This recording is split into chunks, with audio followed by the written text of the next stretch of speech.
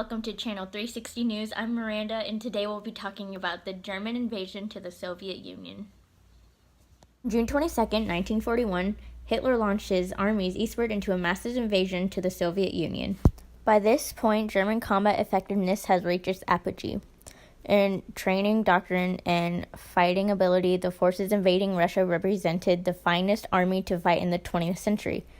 Barbarossa was the crucial turning point in World War II, for its failure forced German Nazis to fight a two-front war against a coalition possessing immensely superior resources. Now with Logan Harris with more of the news. Thank you, Miranda, very much. Now, I'm pretty sure all you viewers at home are wondering, why am I wearing an umbrella indoors when it's sunny outside? Well, it's very simple. I'm using it to protect me against the bombs that will come down by the Nazis. But, thankfully, I don't really have to worry about that anymore, because the war's over! Woohoo! Go Allies! Although the Russians should have really thought about this at the beginning of the war. In fact, due to the Nazi Germany's superior aircraft forces, 80% of the city was destroyed during the fall of Minsk, which was part of the invasion forces, leaving 3,473 were killed or captured, along with 76,717 wounded. You'll be able to see these photos in the next describing the aftermath of the bombing. Yeah, it's not pretty, I know. But the Nazis did suffer some heavy losses too, with casualties on their side being 918,000 were killed and wounded.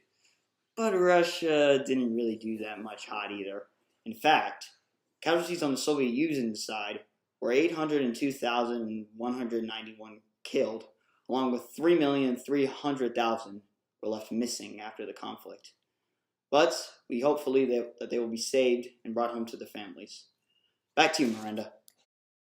Having expected a rapid Soviet Union collapse, German planners had failed to equip their troops for winter warfare.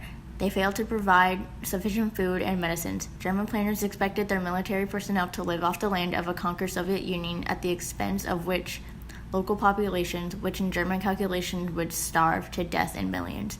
German troops, advancing rapidly, also outran their supply lines. This made their thinly defended flanks vulnerable to Soviet counterattacks along the 1,000-mile stretch from Berlin to Moscow.